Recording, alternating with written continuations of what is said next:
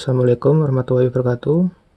Pada video ini kita akan mencoba salah satu lab dari Cisco Networking Academy yang berjudul Build a Sample Web App in a Docker Container.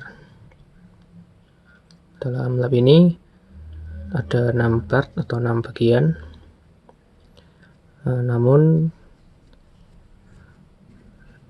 pada video ini langkah yang akan kita coba sedikit berbeda karena saya menyesuaikan dengan environment Linux di laptop saya.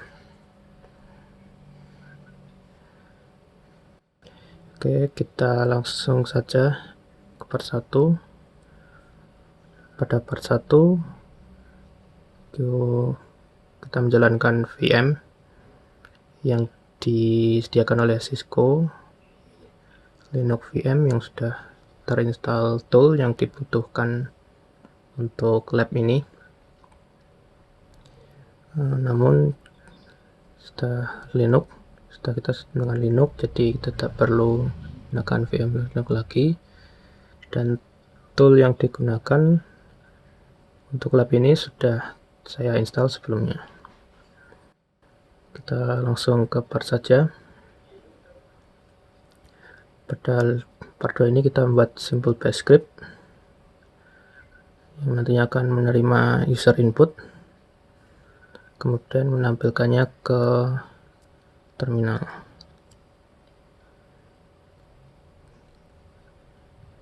Kita masukkan directory dulu.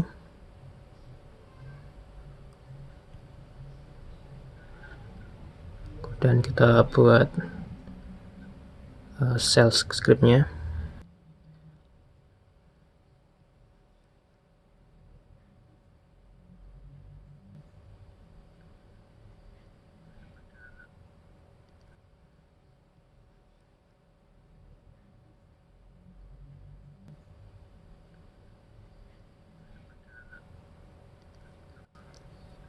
Pada baris pertama script kita tambahkan shebang line. Line ini digunakan untuk mendefinisikan interpreter yang akan digunakan oleh scriptnya. Di sini kita menggunakan bash.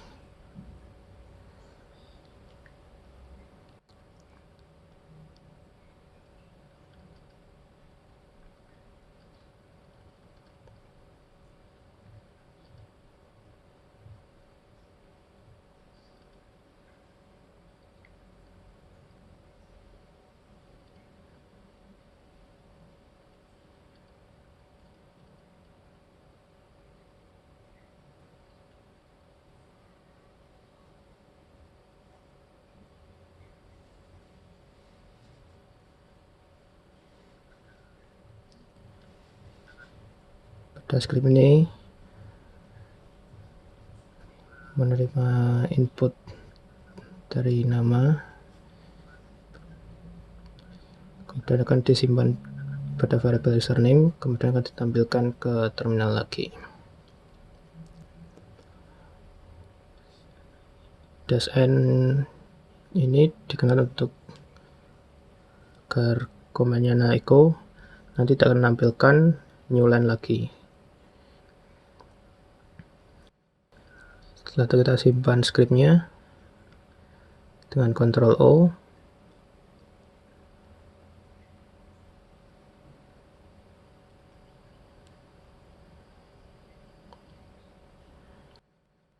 Kemudian kita jalankan scriptnya dengan bash. Kita masukkan namanya. Scriptnya sudah bisa berjalan dengan button Dimas, kemudian ditampilkan ke terminal lagi.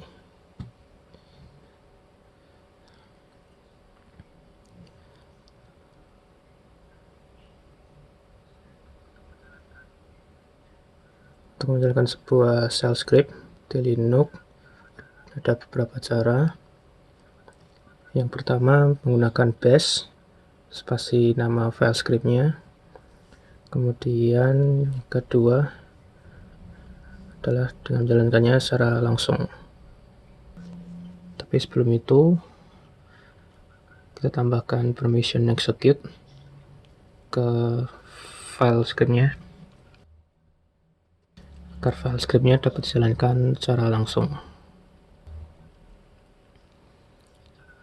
Secara default file script tidak mempunyai permission execute. Permission execute ditandai dengan tanda X.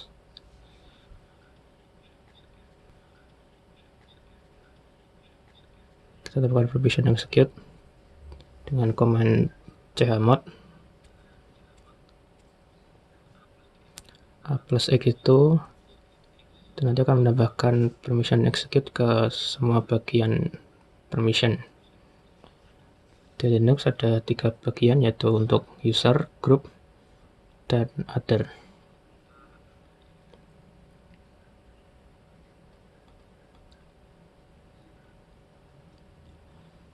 Permission execute sudah ada.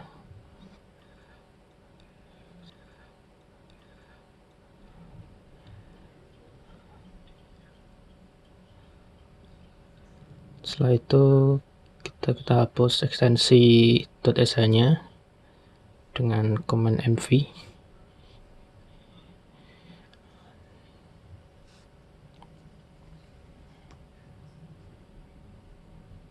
Kemudian kita jalankan scriptnya secara langsung dengan menambahkan tanda titik dan slash di depan nama file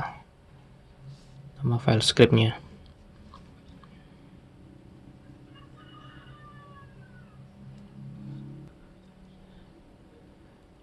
Oke, file script dapat dijalankan dengan normal sama seperti sebelumnya menggunakan bash. Kemudian kita lanjut ke part 3. Di part 3 ini kita membuat sampel web app menggunakan Python. Pada Python, bila kita ingin membuat web app, kita menggunakan framework bernama Flash. Dan pada lab ini kita juga menggunakan library Flash. Bila belum install, kita install dulu dengan command pip3 install Flash. Sini saya sudah install sebelumnya. Kita lanjut dengan membuat file Python-nya.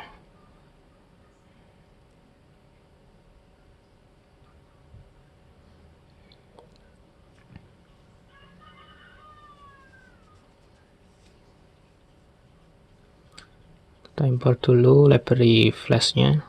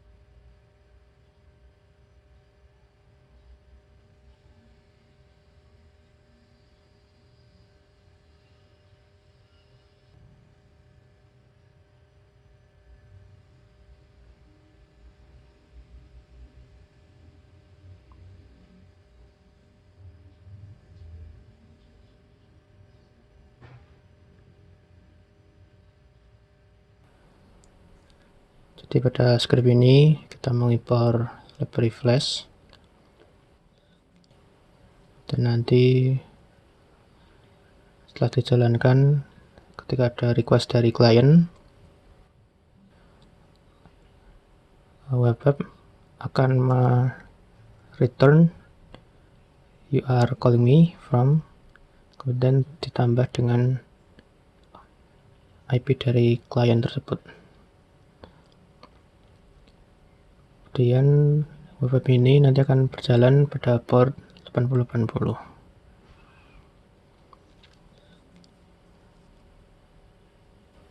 Kita save dengan Ctrl O, kemudian exit,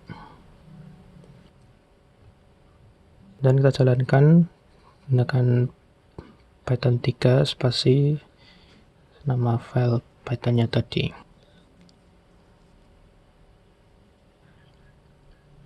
Tahunnya sudah berjalan, kita cek ke browser. Oke, webnya sudah berjalan.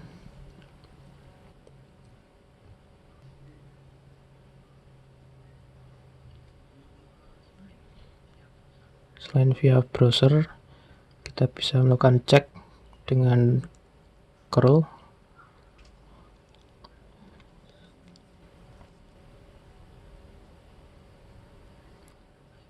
Sama hasilnya seperti di browser tadi. Untuk menstop web server atau web app tadi, kita bisa menggunakan Ctrl C.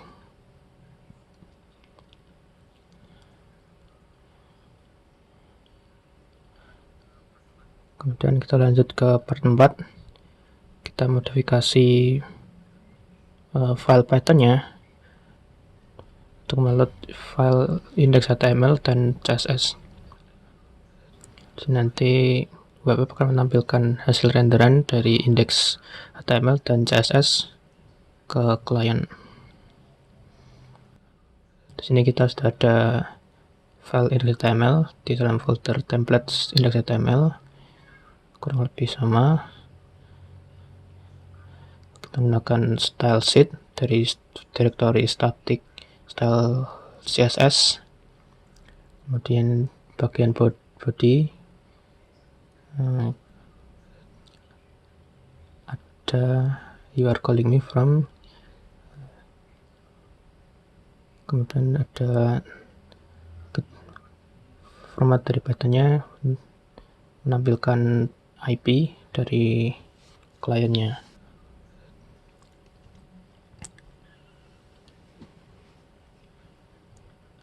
Kemudian untuk CSS-nya merubah background menjadi warna like steel blue.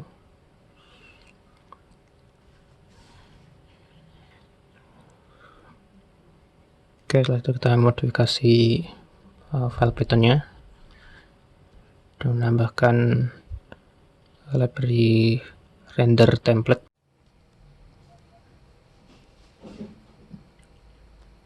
Pada bagian method main, kita ganti returnnya dengan render template, kemudian kita masukkan index.html.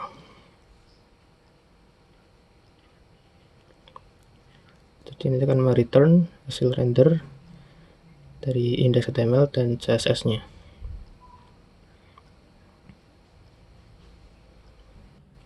Kita simpan, kita lagi,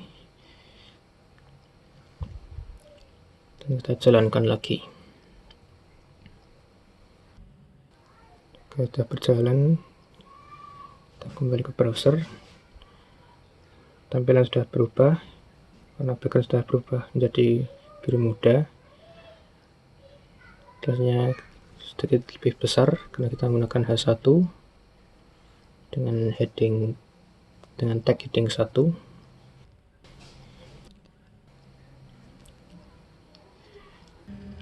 Kemudian apabila kita cek dari terminal dengan command curl,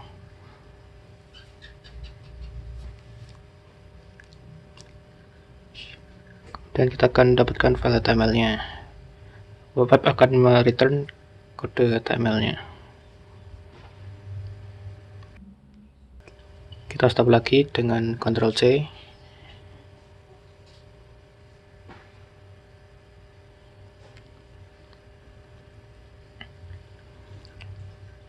Kemudian kita ke part selanjutnya,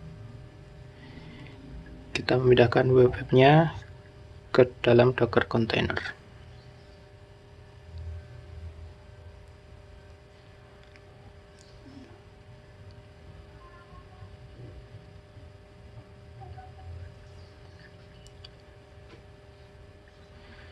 Kita buat script lagi untuk membuild Docker containernya.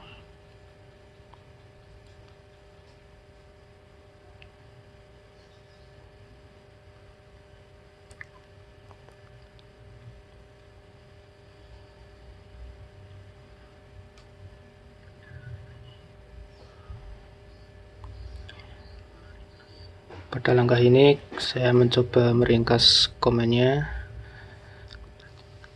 Jadi pada instruksi lab kita membuat folder bernama tempdir, kemudian memasukkan file yang dibutuhkan ke dalam folder tersebut. Namun kita akan coba langsung saja ke step 3.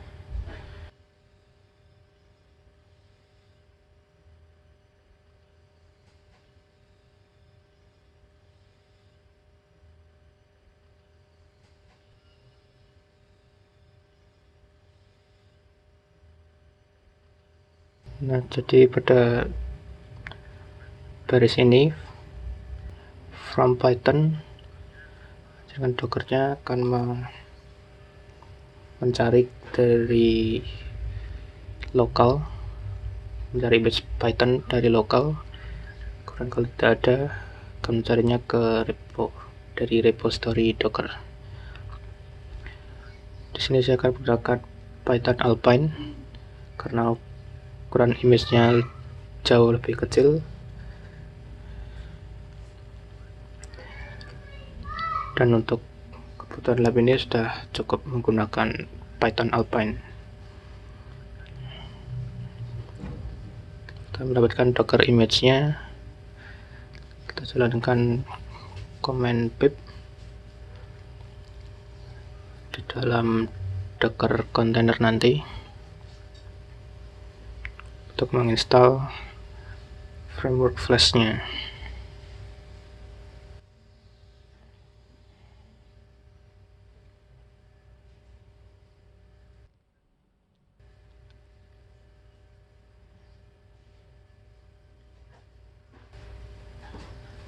Dan kita copy semua file yang diperlukan ke dalam Docker containernya.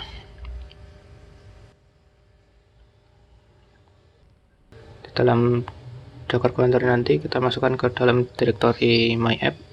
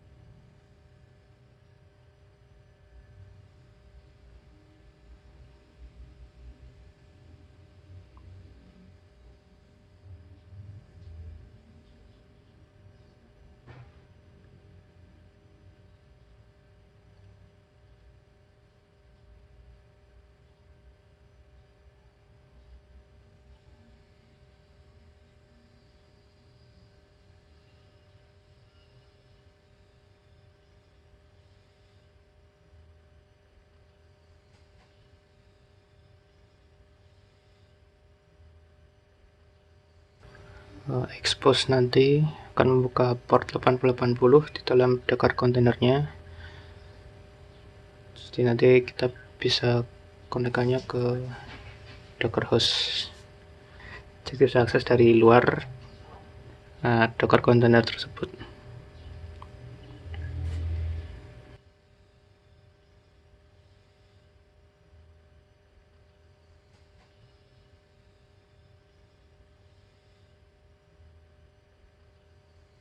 Kemudian cmd digunakan untuk menjalankan file di dalam Docker.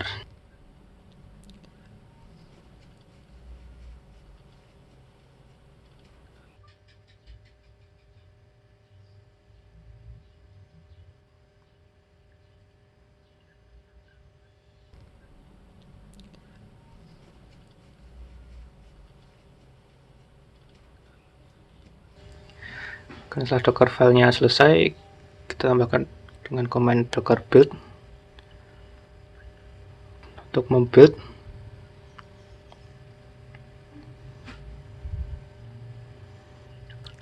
docker build untuk membuat image dari Python Alpine.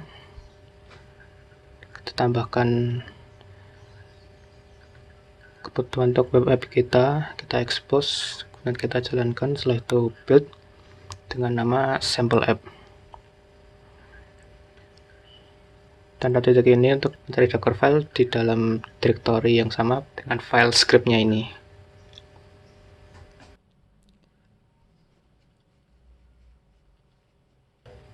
Setelah kita build, kita jalankan dengan Docker run.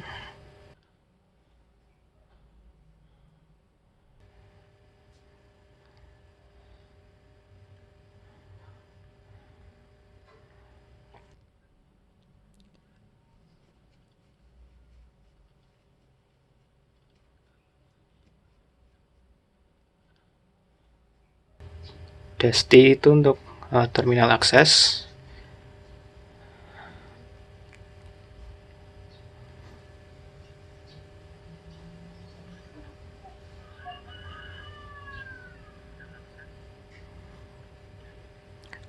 Kemudian D ini detach, jadi nanti berjalan di background. Kemudian DSP untuk specify portnya 80 di awal, dan nanti port di Docker hostnya, kemudian 8080 di belakang merupakan port di dalam Docker kontainernya. Jadi nanti kan di mapping di port laptop ini. Kemudian kita beri nama sample running. Kemudian Docker image yang digunakan adalah sample app yang telah kita build sebelumnya.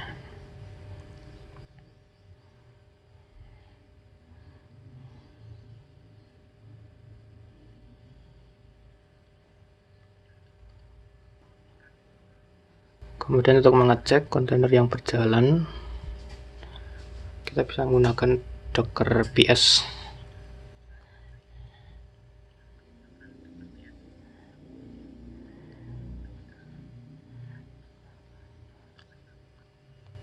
Setelah itu kita simpan.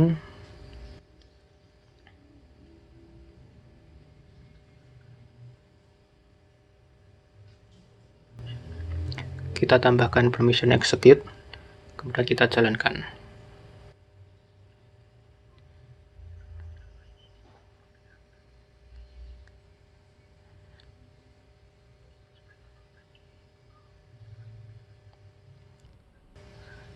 Setelah ini, apabila belum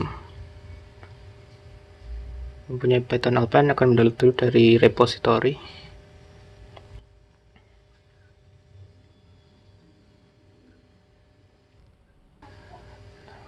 Sepertinya ada typo di nama filenya. Kita ganti dulu.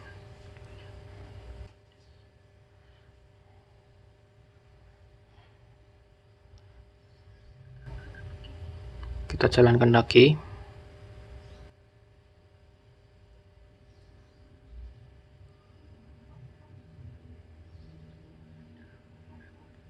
Masih ada failed.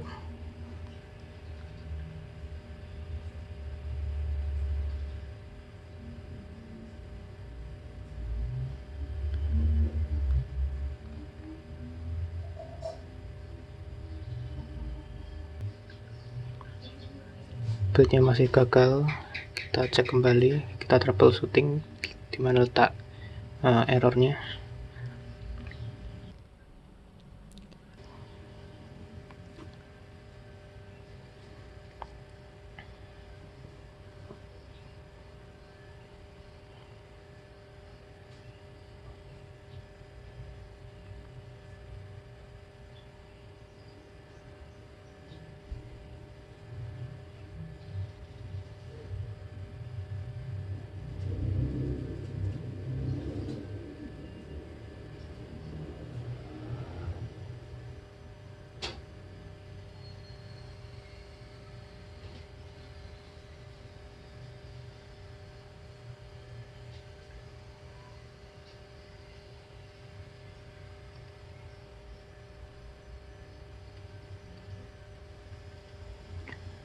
Kita cek Docker image yang ada.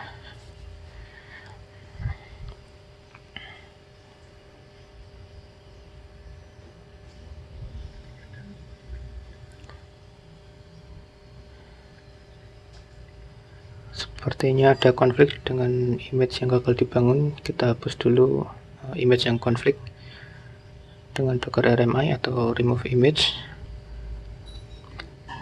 Kemudian kita salin image ID-nya.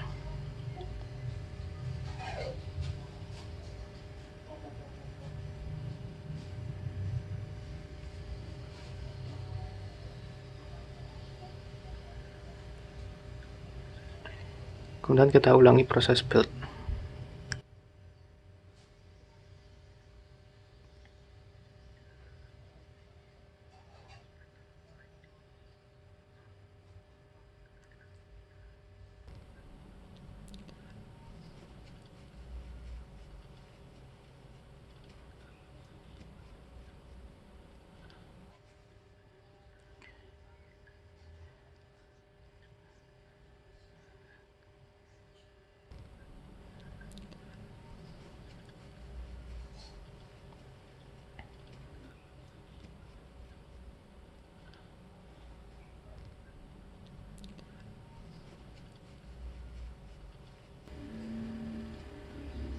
Sepertinya masih failed.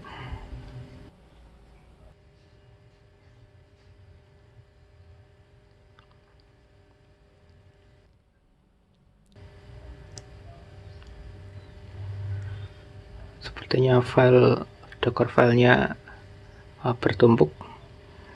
Kita hapus file docker filenya dulu.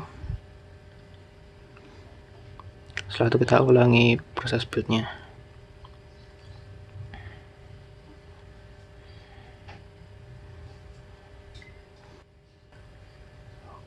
Oke, proses buildnya berhasil.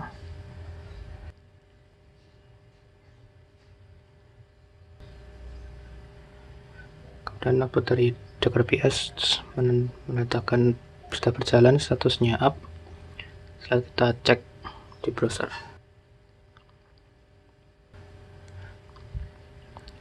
Sudah berjalan. Nah, IP dari Dockernya melakukan network default dari Docker container.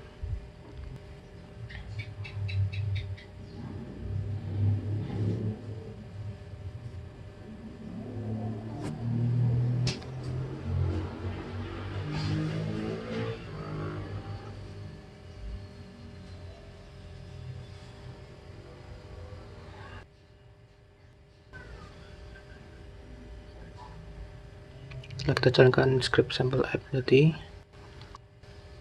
script tadi akan membuat file bernama docker file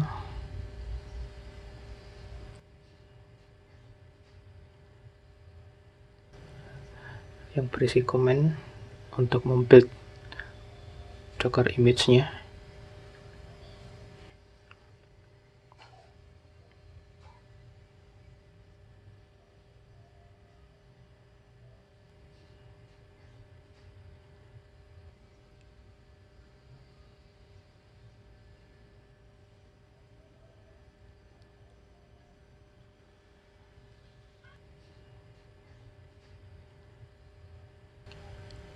Kita coba cek dari Guru.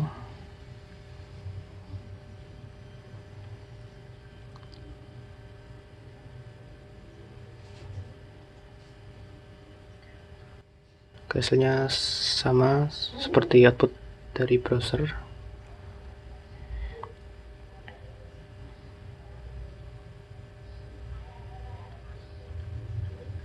Itu masuk ke dalam Docker container, masuk ke terminal di dalam Docker containernya dengan command docker exec -it, itu berarti interaktif, T itu tadi untuk terminal akses. Kemudian kita masukkan nama kontainer yang berjalan. Kita melakukan nama sampel running.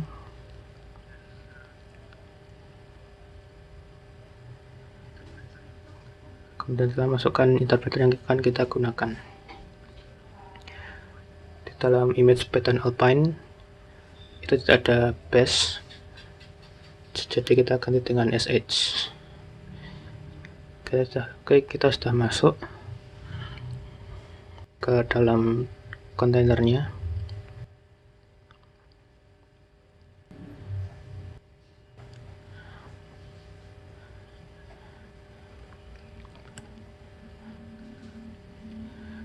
Namanya tertera dengan nama yang ada di Docker PS. Oke, kontainer ID-nya sama. Berarti kita sudah masuk ke dalam kontainernya.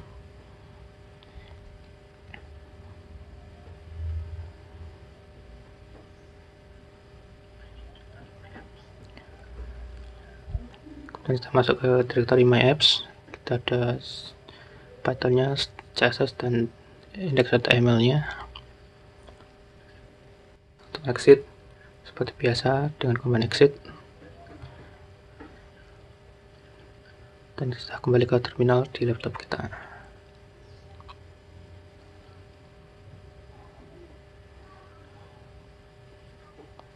Untuk stop, command stop kontainer yang berjalan, kita gunakan command docker stop. Kemudian nama kontainernya sample running. Kita tunggu sampai muncul nama kontainernya.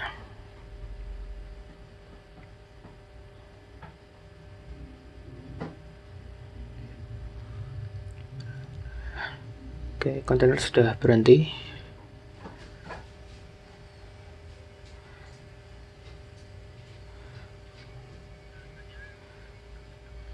Untuk menjalankannya kita gunakan docker start.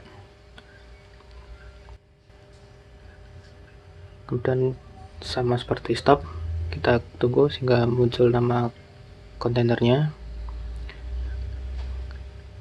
Kemudian untuk remove kita gunakan command docker remove spasi nama kontainernya.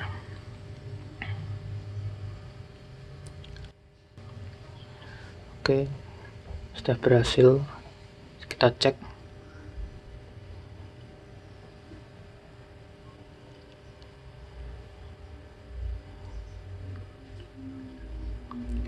Sudah kosong.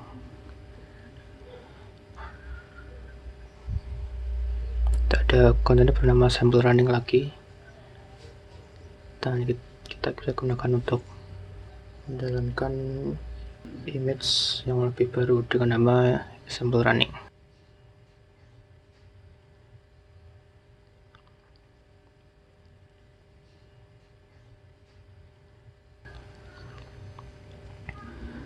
Pilihannya stop. Kemudian kita menjalankan kontainer lain dengan nama yang sama. Nanti akan terjadi konflik karena kontainer tersebut masih tersimpan di dalam Docker, jadi harus di remove dulu